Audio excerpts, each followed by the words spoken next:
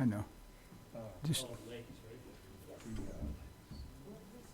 I would ask Robert Road. oh, I omitted.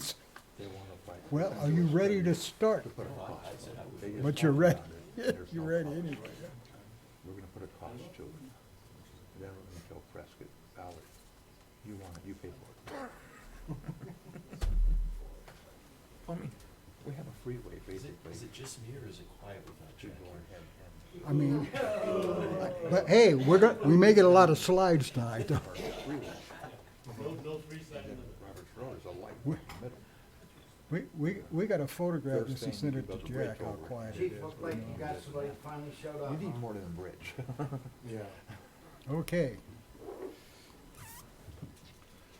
So, we got those people talking. I'd like to call the meeting to order. Would you please rise for the pledge? I pledge allegiance to the flag of the United States of America and to the republic for which it stands, one nation, under God, indivisible, with liberty and justice for all. You gonna be the vice mayor tonight? I can. Okay, since you have some experience. That guy does too. Yeah, he does, everybody. Okay, maybe we have a roll call, please. Yes, you may. Councilmember Kelly.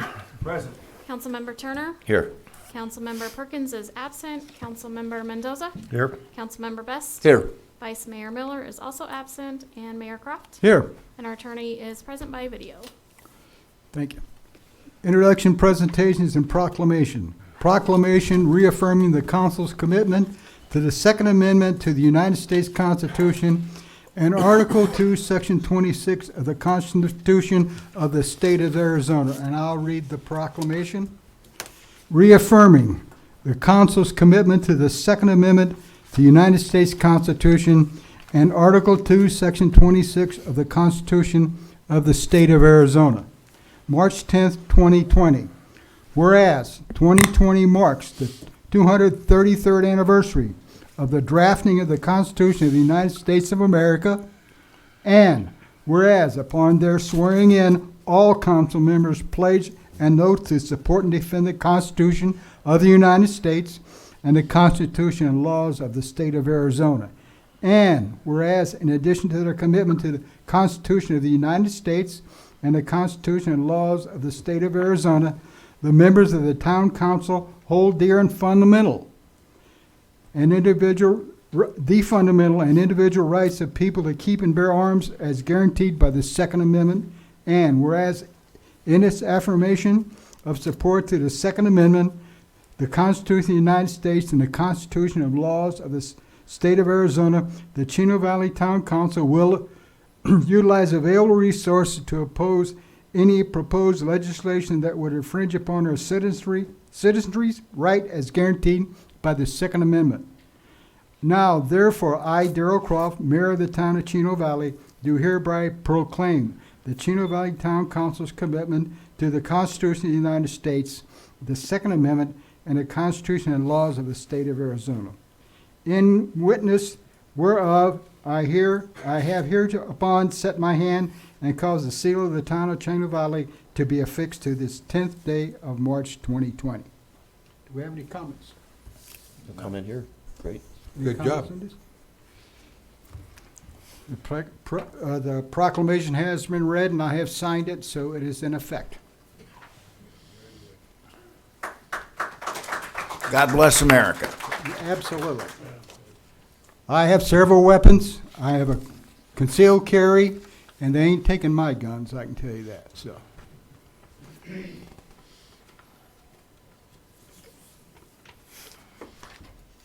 Okay. Presentation by Regina Pagoro of the Compass Training Center regarding quarterly update and reports. Regina, are you gonna? I will speak. Okay. I figured that. When do you not know me not to, right? I know you well enough. Mayor, town council members, my name is Regina Pecoraro. I'm the director of Compass Training Center here in Chino Valley. With me is John Stankiewicz, the founder and CEO. Oh, yeah, can't hear me anymore. So just kind of wanted to give you an update as to what's been going on out at the range. As you know, we opened up on August 1st, and currently our winter hours are Wednesday through Sunday, 9 a.m. to 5 p.m. We do have a lot of different opportunities for people to come out and shoot. We have daily rates and subscriber rates that are available. We also offer veteran, active duty, and first responders discounts from our rates. As of today, all the way going back to August 1st, we have had customers visiting of 5,039 people. Those are people who have come in, checked in over at the range, either were non-shooters or just out there for the day, or even our subscription holders. We currently have 197 subscription members out there. And with all that, we had to clock in about over 1,300 hours of volunteer time in order to keep things going. As you'll see later on in the slides, what's transpired since the day we got there up until now. We acquired the Well-Armed Women, our RSO and leader of the, she was a leader over at the, in Prescott, moved to Chino Valley, opened up the chapter there. Not too long after, I guess about a month or so, Prescott Valley had closed down their chapter of Well-Armed Women. We, with her as the leader and now myself as a leader of the Well-Armed Women, we are training about 85 ladies out there. And on average, we run about anywhere between 20 to 35 ladies for each month course that we have.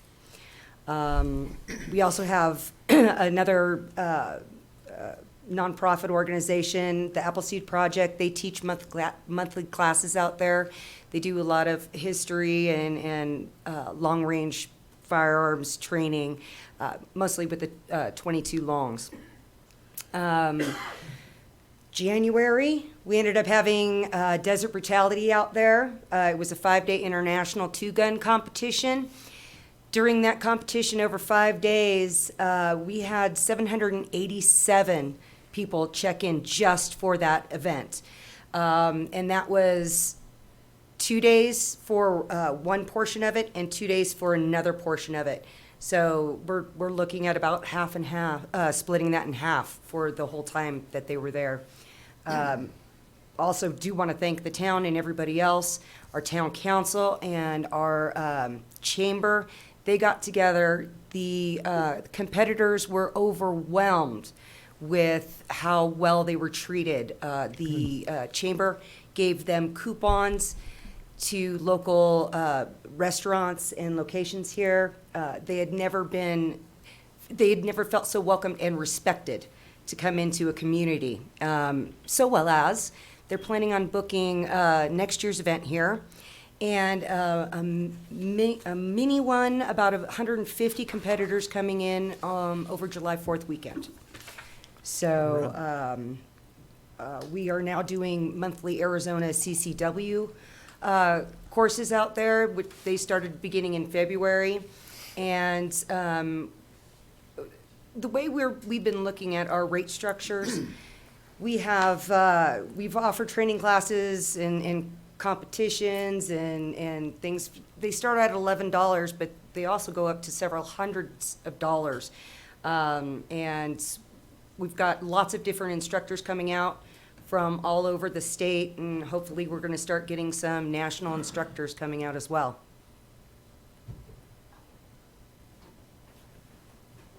Why do I do that? Oh, hit enter. Oh, okay. So as you know, we've also been doing the community project. We found out that we had the 9/11 memorial down below and working with Larry Holt. We're starting to do improvements down there. We have the brick applications as well on site, letting people know when they get directions to where we're at. When you see the 9/11 memorial, you're going to make a right. So letting people know exactly what that is and that they're aware of all that. So we're going to be doing some fundraisers out there, out the range, and in other locations as well in support of that. As I was talking about the improvements and all the volunteer hours, B&M Painting, the owner, Jason Nance, he was able to acquire a donation from Sherwin-Williams for paint, and they were able to repaint the overhangs and on the bays, and that was just for the cost of labor to us. And then from there, they're going to do the interior of the office. We did receive two grants from the Friends of the NRA for the gravel completion of the 200-yard bay and also 10 Ruger 1022s, so we can start our juniors program this summer.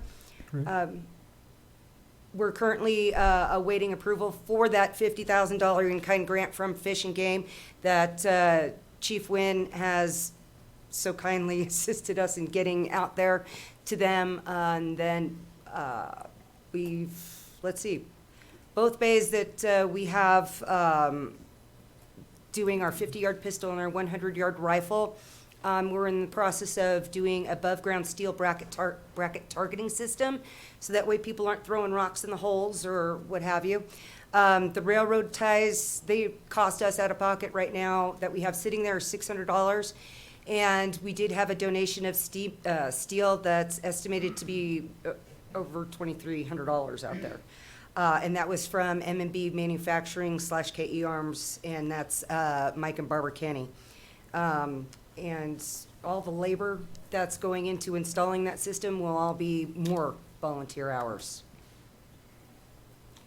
Future goals. See, I'm not just the eye candy. Oh, yeah.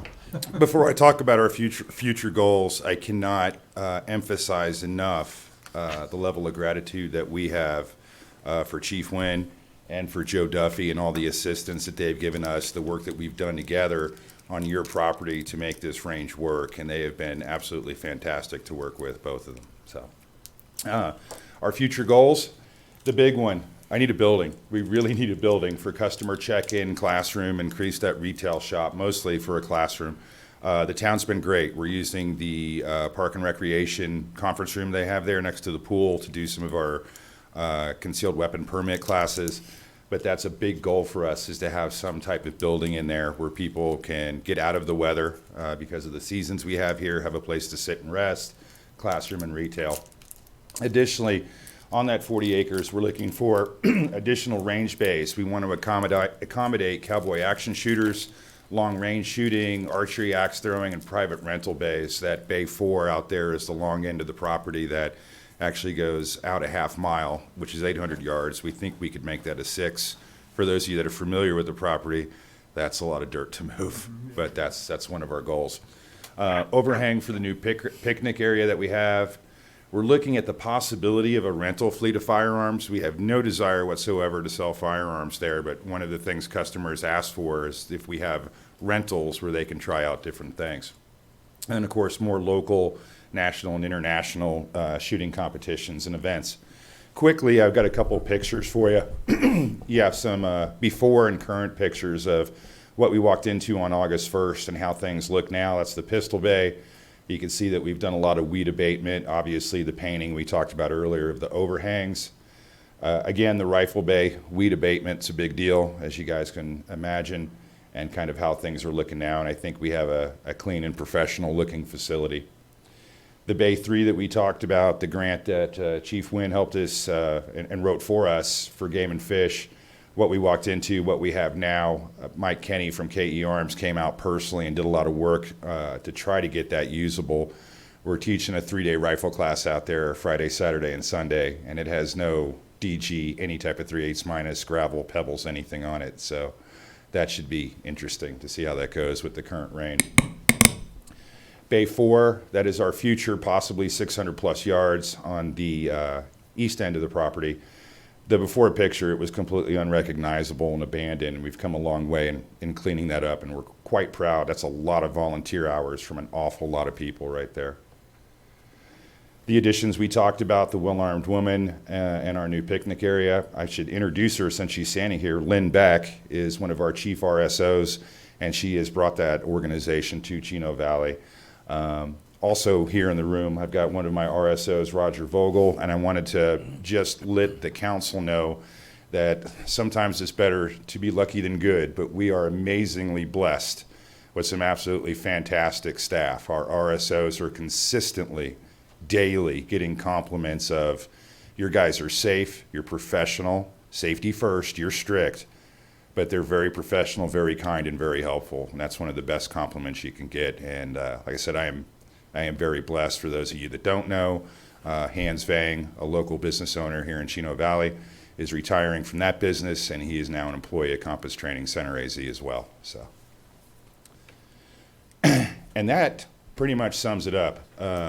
We're happy to be here. We're having a good time out there. It has its struggles. Everything is dictated by the weather on an outdoor range, but that's a little bit of an update of what we've got going on. Again, compliments, I can't say it enough, to all the folks from the town that we have worked with, have been very accommodating and helpful to us. Any questions I can answer? No, great. Good to go? We're happy to have you. You've turned that range around. It really looks good. Keep up the good work and keep us informed of how things going. Absolutely. Thank you to all you and all the folks that help you out and support you. Thank you, Mr. Mayor.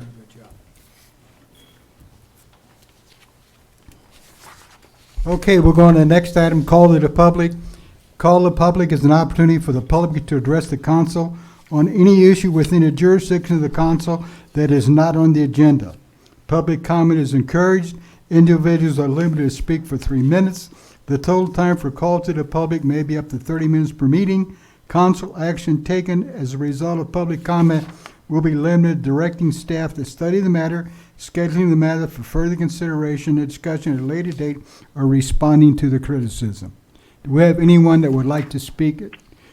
Well, come on down. Tell us who you are.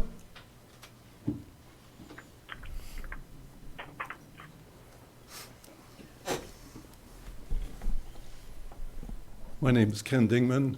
I live at 1272 Bainbridge Lane, and that's in the Highlands Ranch area. And the reason I'd like to take this time is that I'd like to get some clarification on overnight parking in our development. Our CCNR state that there should be no overnight parking there, but there are those that are arguing the fact that because the town maintains the roads, and also that we're not a gated community, that the homeowners association doesn't have the right to dictate with the parking restrictions. And so I've heard the arguments for that, and I just need to get some clarification from the town council or from the police department in terms of where we stand as an HOA.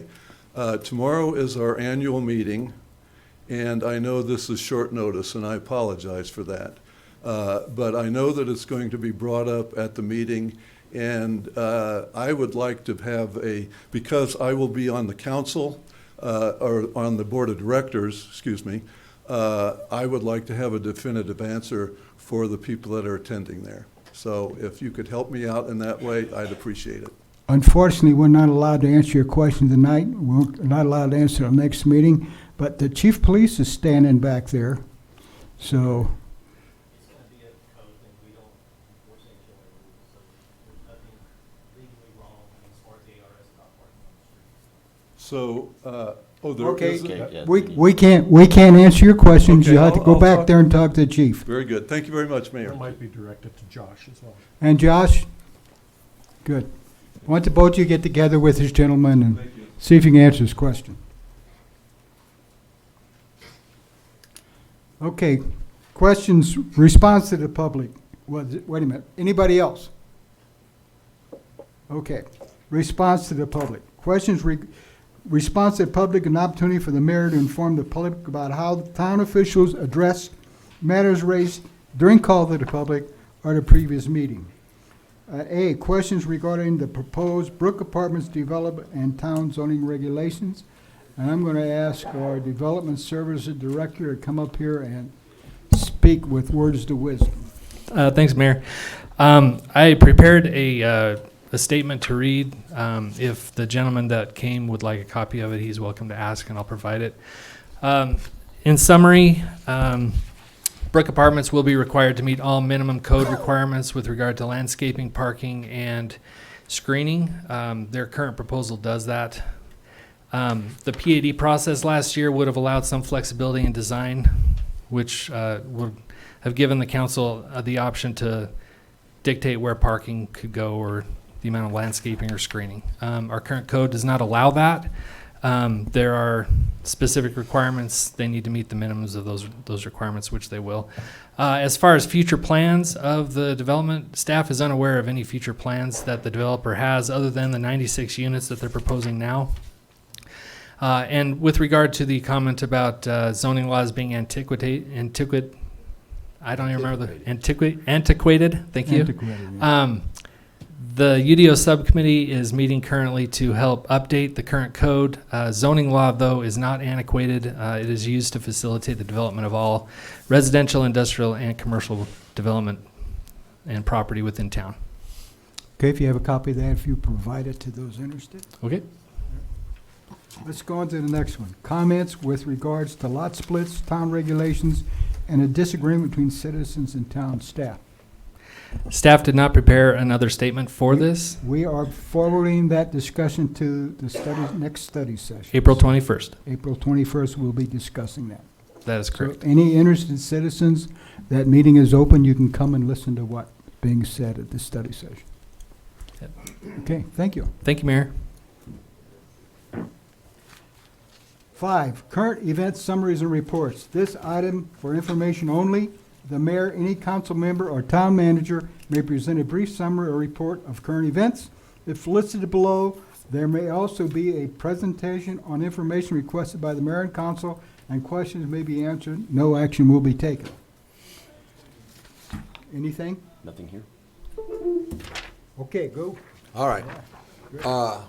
My cohort Jack is here today, but we're having a barn dance coming the 13th of this month, which is Friday the 13th, so be brave.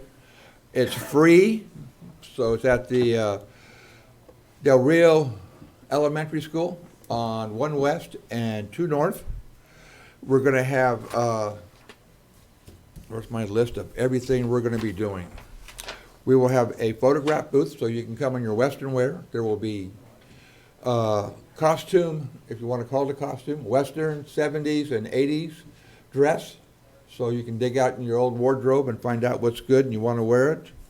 There'll be some soft drinks and snacks will be provided.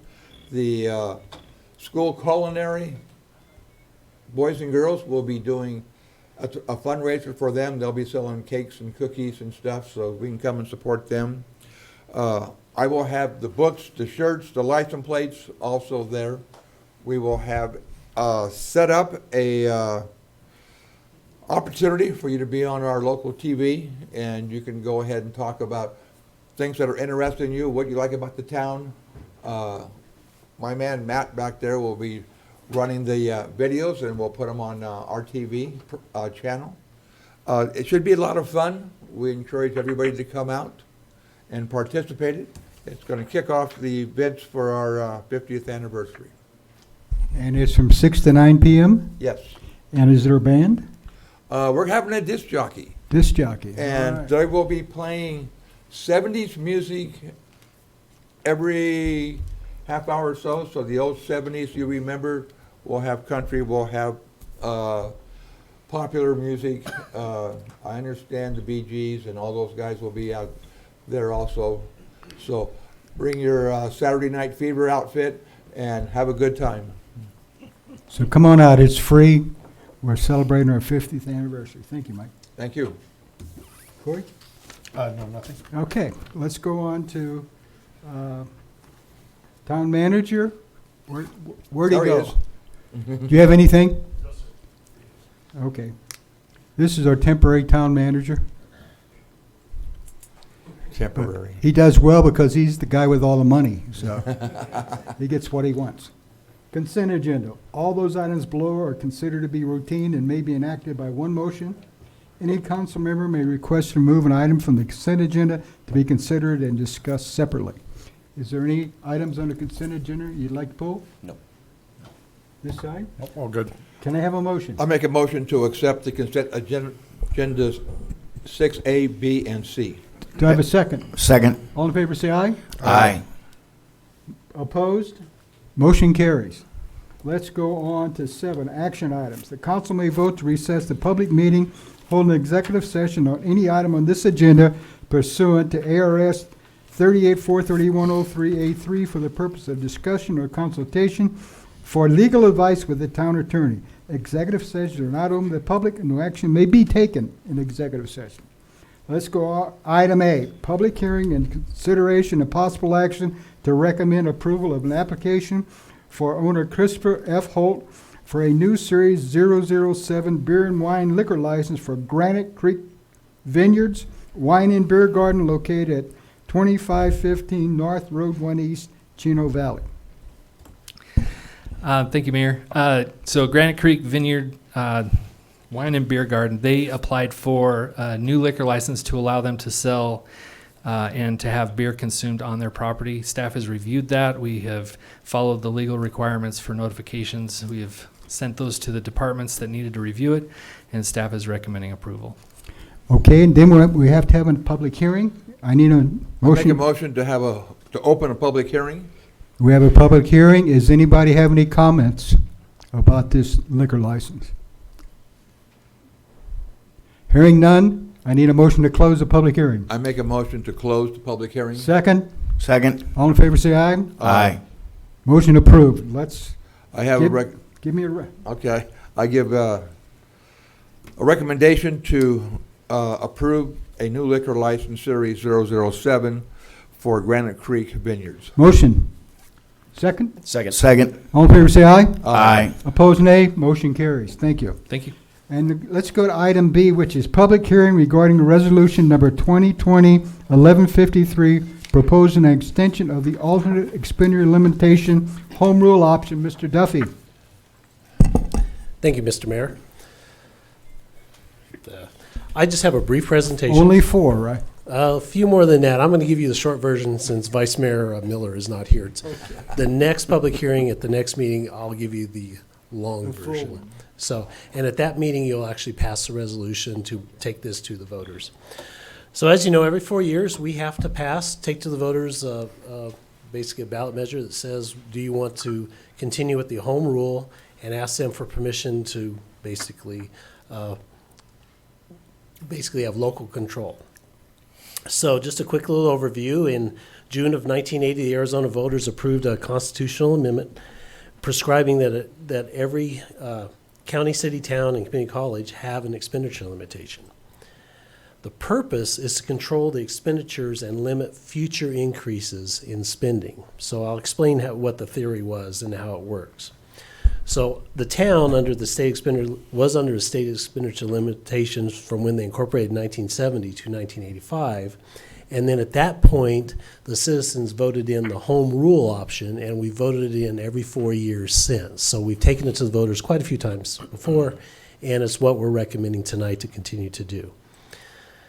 The current option expires after this next budget year in June of 2021. So we have 3 limits under the state expenditure limitation laws. You have the state limit, which I'll explain what that is. We have the permanent base adjustment, which basically the original amount that we're set, it allows us to adjust it one time and raise it high enough that we don't have to do the home rule option every year or every 4 years. Or we have the home rule option, which is what the town has always done, and it's the one that we're recommending, the staff is recommending for the council. We look really quick what other cities in the state do. Right now, we have 19 that are under the state expenditure limitation. We have 33 that have done permanent base adjustments, and we have 45 that fall under the home rule.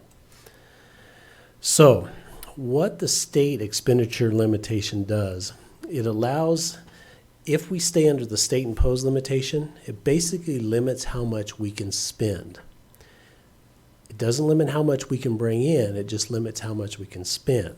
So under the state limit in our first fiscal year that we're going to approve, 2020, 21-22, we can only spend about $9.8 million. We're projecting that we're going to receive about $23,500,000 in revenues. And if we have to stay under the state limit, we can't spend them. We can only spend the $9,800,000. So essentially, we couldn't spend about 58% of the money that we're bringing in from all our different revenue sources to provide the goods and services that we do now. This is just a quick little graph. When we take the home rule option to voters, we do it over a 4-year time period, and we project out the next 4 years. So these are our projections. The red is the revenues that the town will bring in, and the purple is what the town will be allowed to spend of those revenues. So here's the formula, and I think if you can get this slide, if you understand this slide, you understand the difference between the state expenditure limitation and the home rule option. Essentially, they came up with this formula that said, okay, you're spending, let's say arbitrarily, $500,000 a year to run your government.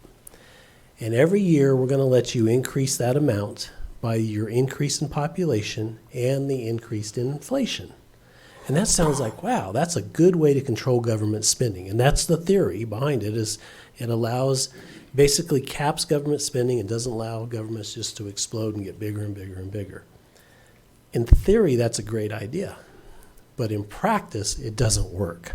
And the reason is, Chino Valley only had 2,400 people back in 1978. We now have 5 times more. Our population has grown over 5 times, so now we have 12,200 people.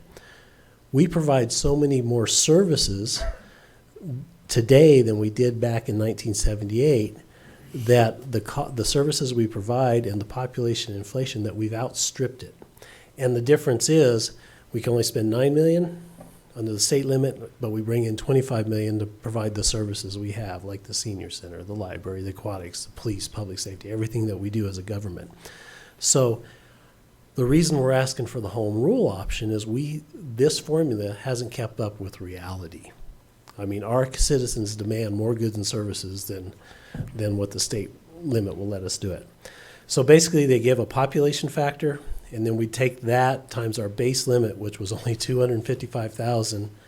We multiply the population factor and then the inflation factor, and that gives us to what our projected expenditure limitation of $4.2 million.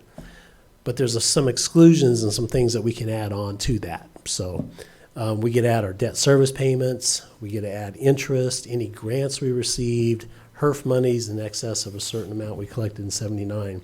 So doing all the math, that's where we come up with the $9.8 million that we're allowed to spend if we stay under the state expenditure limitation. Just a quick little graph, home rule versus the state limit. I did the state limit in red here, but looking at it, these are probably the things that we would keep that we'd be able to do. We'd keep our water and sewer system running. Of course, we'd make our debt service payments. And this, of course, would be up to council's. The council will actually make the final decision on what we would be able to spend. I'm sure we'd keep public safety. We might have to scale it back. And then certain general government services, and we'd have a little bit of roads in there also on it. But all basically the quality of life services, like the senior center, library and stuff, those would probably be the ones that we wouldn't be able to do during that, under the state limit. So we wouldn't be able to provide the same level of services now that we do in the future. So this is the slide I think that really nails it down. It's whether you want state control, and the state control is based on an imposed formula developed from 1980 data, whereas the state sets the spending cap, and that formula sets how much we can spend. Or do we want local control? And that's where the local mayor and council, that you guys control how much the town can spend, and you set the spending cap every year. And as we do our budget every year, we do it based on the amount of revenues we bring in, and we try to, we estimate what they are, and then we spend them the best that we can for the citizens. to provide the levels of services that we're currently spending. So that's really it. It's state control versus local control. And so just remember, even though the towns receive the revenues, they just won't be able to spend them. They just put them in the bank. And so the home rule option, the difference is a yes vote will allow the town to set a spending cap based on actual revenues and local needs for the next 4 years. It basically gives the mayor and council the ability to set how much we're going to spend of the revenues that we receive every year. And a no vote will require us to go back to that state expenditure limitation. We have quite a bit of information we've developed and are developing right now. We do this every 4 years, so it's just a nice little refresh. Jamie gives as good a presentation as I do because she's done it so many as many times as I have over our careers. But we have a lot of stuff on our website. We're going to have a voter information packet. We'll be doing a mailer, a brochure. We have a frequently asked questions FAQ. And then, of course, Matt will be doing some videos and podcasts, and we'll be on the radio and stuff on cable. So we'll try to get the word out to the citizens how important it is and, you know, the ramifications of voting yes versus no on it. So that's all I have this evening. Do you have any Unless you have questions? No questions. Questions over here? No. I'd like to have a motion to open a hearing. I make a motion to open public hearing. Second. All right. Any comment from our audience? I'd like to have a motion to close the hearing. I make a motion to close the hearing. Second. We have a motion and a second. All in favor, say aye. Aye. What is the next step with this process, Okay, so Mr. Duffy? yeah, thank you, Mr. Mayor. At the next meeting, we'll have another wonderful presentation by me, and then we'll adopt a resolution basically setting it so we can put it on the ballot. Now, Lon's turn. your turn. Okay, We are not having an executive session, so we're going to, make a motion to adjourn. Second. all in favor, say aye. Aye. Motion carries. We're adjourned. Thank you for coming this evening. Well, Keep up the good work. 35 minutes. You did a great job. Yeah, boy, that's.